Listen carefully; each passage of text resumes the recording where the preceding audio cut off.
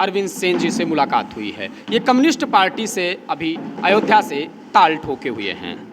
जी sir, जन्मभूमि today में आपका बहुत बहुत स्वागत है। Thank you. जी सर, अभी आप कम्युनिस्ट पार्टी से ताल ठोके हुए हैं। हालांकि कम्युनिस्ट पार्टी पहले थी, अपने आप में बड़ी पार्टी थी, लेकिन फिलहाल अभी इतना बड़ा वजूद नहीं है इसका।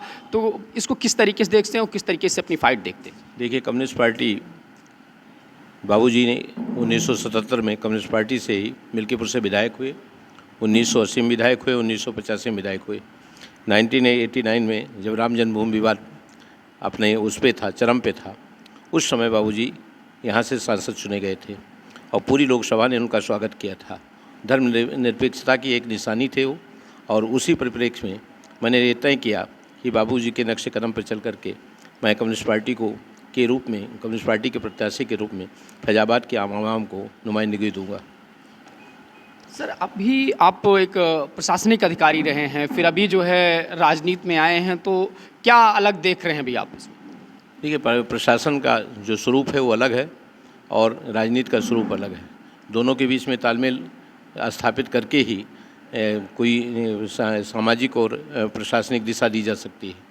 तो उस नज़रिए से जब मैं प्रशासन को और उसको देखता हूँ तो दोनों के बीच में रिश्ता है, क्योंकि दोनों से समाज से जुड़े हुए हैं, आम आवाम से जुड़े हुए हैं। राजनीति भी आम आवाम की है और प्रशासन भी आम आवाम से ही जुड़ा हुआ है।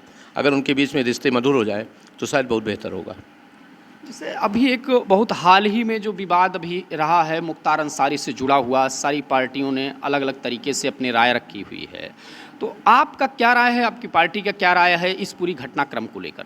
देखिए, जब उनका अभिलेखीय आधारों पर उनकी समीक्षा की जाए तो कि जो पंजीकरण हुआ है उनके खिलाफ आपराधिक कृत्यों का, उसके सापेक्ष भी वो दूसरे हो सकते हैं मानवीयता के आधार पे, और उनके द्वारा जो गरीब आम आवाम की वो मदद की गई है, उस नज़रिए से उनका स्वरूप, उनकी पहचान क्षेत्र में थी, इसीलिए आम आवाम उनको विधायक और सांसद के रूप में उनके परिवार को चुनती रही है। निश्चित रूप से कहीं न कहीं उनका रोल जनता के प्रति हमदर्दी का था, मददगार का था। सर, आप ऐसी जगह से ताल ठोके हुए हैं अयोध्या से जहां पर पूरी बीजेपी राममय करने की कोशिश की और राम मंदिर के प्राण प्रतिष्ठा को लेकर इतना बड़ा एक आयोजन किया गया, तो इसमें जो है आप कहां पे अपने आप को देखते हैं? देखिए, मैं अपने आप को आम आवाम की भावनाओं से देखता हूं, और आपका जो आज का जनमानस है फैजाबाद का, वो कहीं न कहीं उद्वेलित है, पीड़ित है, उत्पीड़ित है, और वो बदलाव चाहता है। निश्चित रूप से उसके साथ जो कुछ हुआ है, धर्म को जिस तरह से आस्था के विषय से बदल करके राजनीति का विषय बनाया गया है, वो उसको पच नहीं रहा है। और एक दूसरी चीज़ है कि जो विकास के नाम पे लोगों का शोषण हुआ है, पर्याप्त मुआवजा नहीं दिया गया है, और ढेर सारी ऐसी योजनाएं हैं जिनका जो धरातल पे अमली जामा नहीं पहन सकी है, जिनका आक्रोश आम आवाम में है और जनता बदलाव चाहती है। सर, अयोध्या के लिए क्या नया विजन लेकर आए हैं, चूँकि बाबूजी करते रहे हैं, और उसके बाद आपका क्या नया विजन होगा अयोध्या के लिए जो अयोध्यावासी आपको वोट करेंगे? अयोध्या वासियों से मेरी इतनी सी अपील है कि जो आपकी थाती है, जो आपकी पहचान है, राजनीतिक पहचान, वो कहीं न कहीं विलुप्त होती जा रही है। आप नेतृत्वहीनता के शिकार होते जा रहे हैं। कहीं आपकी आवाज़ राजनीतिक तौर पे प्रस्तुत नहीं की जा रही है, ना आपकी आवाज़ को कहीं सुनी जा रही है, ना जो राजनीतिक सोच और राजनीतिक जो थाती फैजाबाद की धरती की थी, आम आवाम की थी, उसको हम फिर से जागृत करने और उसको उस आवाज़ को बुलंद करने के नज़रिए से फैजाबाद की जनता से अपील करते हैं, और उसी प्रत्याशा में मैंने अपने आप को प्रत्याशी का रूप दिया है। सर, अभी इंडिया गठबंधन के जो बड़े सहयोगी हैं कांग्रेस ने अभी घोषणा पत्र जारी किया, न्याय पत्र का नाम दिया। उसमें कई इस तरीके के वादे किए गए हैं, 30 लाख नौकरियां, 1 लाख बेरोजगार युवाओं को और 1 लाख महिलाओं को, इस तरीके से कई देखेंगे। तो आप किस तरीके से देखते हैं इस पूरे जो है घोषणा पत्र को? ये कांग्रेस का उनका अपना विचार है, अपना घोषणा पत्र है, उसको अमली जामा पहनाना सरकार में आने के बाद उनका फर्ज है।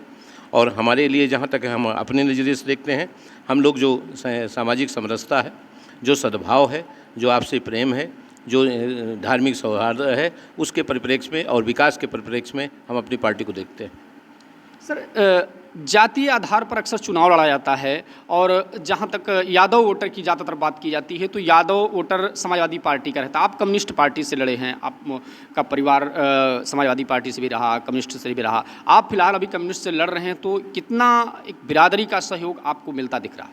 देखिए, ये प्रश्न बहुत उचित नहीं है, फिर भी मैं इतना ज़रूर कहता हूँ कि बाबूजी की जो कार्यशैली थी, जो उनका आचरण था, जो उनका व्यवहार था, जो उनकी विरासत थी, जो उनका संघर्ष था, वो निश्चित रूप से आम आवाम से जुड़ा हुआ था। वो जात के प्रवेश में सीमित नहीं था। बाबूजी एक विराट व्यक्तित्व के धनी थे कि उनको किसी पार्टी के और किसी सिद्धांत के तले उनको सीमित नहीं किया जा सकता है। कुछ लोगों ने उनको जाति और पार्टी में बांटने की कोशिश की है, वो निहायत ही घटिया हरकत है। बाबूजी ना जाति और धर्म में विभाजित नहीं थे। बाबूजी आम आवाम के लिए, गरीब और शोषित के लिए, मजलूम के लिए, पीड़ित के लिए लड़ते थे, संघर्ष करते थे और शायद आज भी वो किसी न किसी रूप में जिंदा है आम आवाम के बीच में। और जात के प्रवेश में अगर आप देखेंगे तो शायद ये गलत होगा।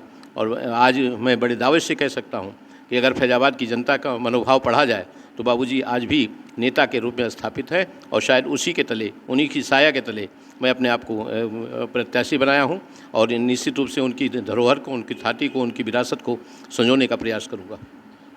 आखिरी सवाल, आप अयोध्या की जनता को, यहाँ के वोटर्स को, यहाँ के लोगों को क्या कहना चाहेंगे? देखिए, यहाँ का वोटर बहुत पीड़ित है। वो गुमराह किया गया है जात के नाम पे, धर्म के नाम पर और क्या कहते हैं पैसे के उस पे, विकास के नाम पे, जबकि हकीकत ऐसा नहीं है। हर लोग वाकिफ़ है। आप इस समय जो आम आवाम का शोषण हो रहा है, चाहे तहसील के स्तर पे देख लीजिए, थाने के स्तर पे देख लीजिए, प्रशासन के लेवल पे देख लीजिए, जो क्या कहते हैं मुआवजा का बंटवारा हुआ है उसके सापेक्ष देख लीजिए, विकास के नाम पे जो चला गया है और जो योजनाएं हैं वो आम आवाम तक नहीं पहुंच रही हैं तो उसमें कमीशनबाजी हो रही है। इन सब चीज़ों को लेकर के मैं आम जनता के बीच में जाऊँगा और उनके सुख दुख में शरीक होऊंगा और ये भी कोशिश करूँगा कि उनके कष्ट को, उनकी जो तकलीफ़ें हैं उसमें उनको जितना निवारित कर सकूँ उसके लिए मैं प्रयासरत रहूँगा। बहुत बहुत धन्यवाद। ये थे पूर्व डीआईजी जो कम्युनिस्ट पार्टी के प्रत्याशी हैं अयोध्या में, और इनका साफ कहना है कि हम किसी जाति, किसी धर्म और किसी इस तरीके की राजनीति हम नहीं करने आए हैं। हमें विकास की राजनीति करनी है और विकास के मुद्दों को लेकर हम जनता के बीच में जाएंगे।